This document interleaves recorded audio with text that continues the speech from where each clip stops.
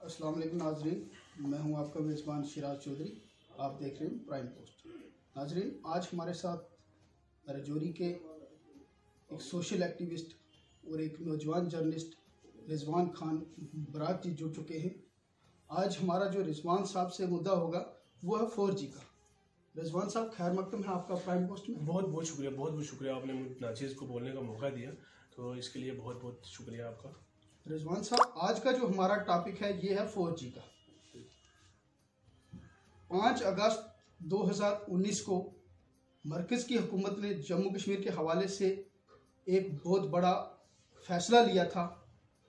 उस वक़्त जम्मू कश्मीर की रियासत का दर्जा घटा के यूटी बनाया गया था और उससे 2 दिन कबल पहले 3 अगस्त को जम्मू कश्मीर से 4G को बंद कर दिया गया था। आज 1.5 साल के करीब हो चुका है। 4G इंटरनेट सर्विस जो है वो जम्मू कश्मीर के लोगों को नहीं दी जा रही। इसके बारे में आप क्या कहना चाहते हैं? सबसे पहले मैं आपको इसकी शुरुआत में मैं कहना चाहूँगा, इंडियन कॉन्स्टिट्यूशन का एक आर्टिकल 14 है जिसके अंदर कहा जाता है कि डिस्क्रिमिनेशन नहीं होना चाहिए। जहाँ सरकार दावे करती है सेंटर में बैठ के कि हम जम्मू कश्मीर के लोगों के साथ भेदभाव नहीं कर रहे हैं, मुझे सबसे पहले बताइए पूरे हिंदुस्तान के अंदर 4G चल रहा है, जम्मू कश्मीर के अंदर 4G नहीं दिया जा रहा है।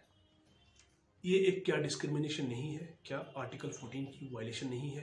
जब जम्मू कश्मीर को अटूट अंग आप बोलते हो कि हम मानते हैं, तो एक अटूट अंग में आपको एक 4G देने में क्या दिक्कत है?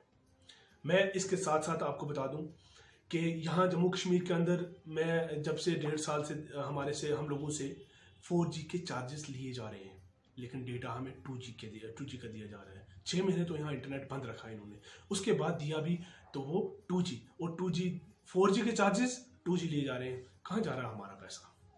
ये अवाम का हक है, अवाम का पैसा है, ये कहाँ जा रहा है?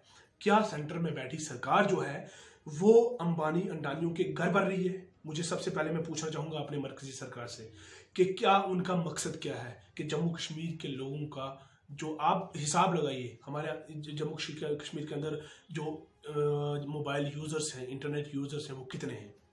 और हर एक बंदा 400, 300, 500 का रिचार्ज कर रहा है, उसको डेटा 2G का मिल रहा है, चार्जेस 4G के, डेटा 2G का। ये एक बहुत बड़ा डिस्क्रिमिनेशन है। रिजवान साहब, मेरा एक सवाल और है आपसे।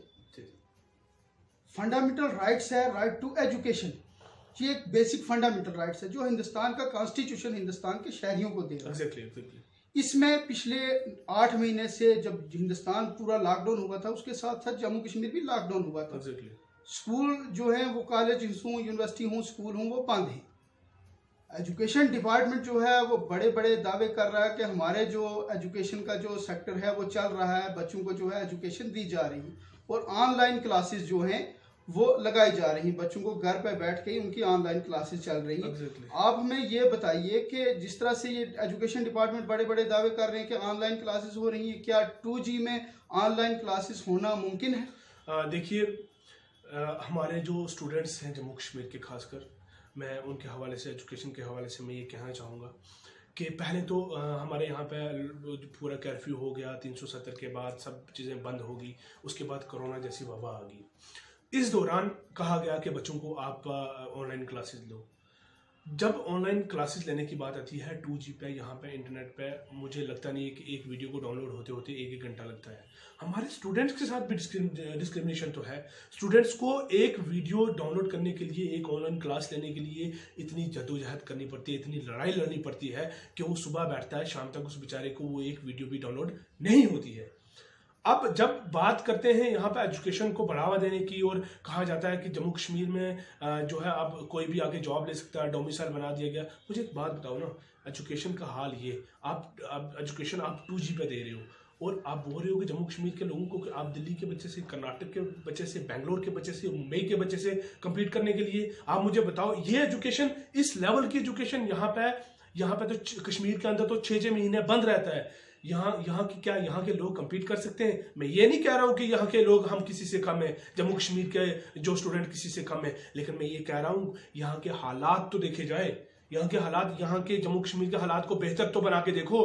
तुम इंडिया की बात क्या करते हो? पूरे वर्ल्ड में सिर्फ जम्मू कश्मीर की आवाम होगी। जम्मू का डोगरा जाएगा, कश्मीर का कश्मीरी जाएगा।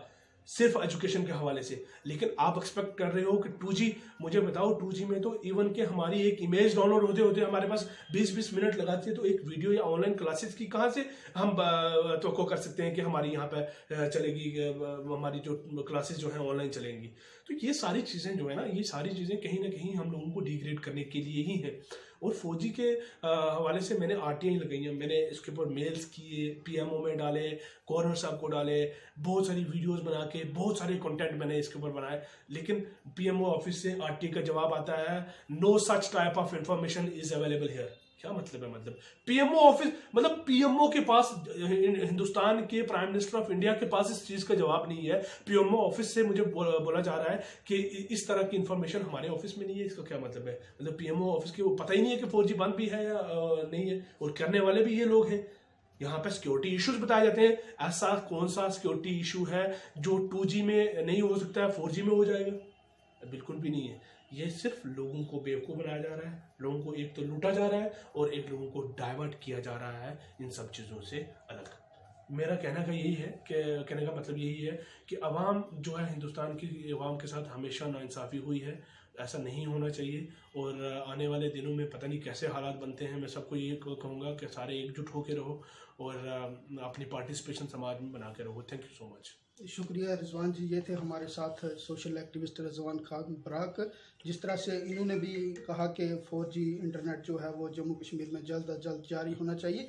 हम भी प्राइम पोस्ट के माध्यम से हमारे LG जम्मू कश्मीर मनोज सिन्हा साहब से और हिंदुस्तान के होम मिनिस्टर अमित शाह जी से यही गुजारिश करते हैं कि जम्मू कश्मीर में 4G इंटरनेट को जल्द अज जल्द लागू किया जाए। अपने मेज़बान शिराज चौधरी को दीजिए इजाज़त। देखते रहिए प्राइम पोस्ट। अल्लाह हाफ़िज़।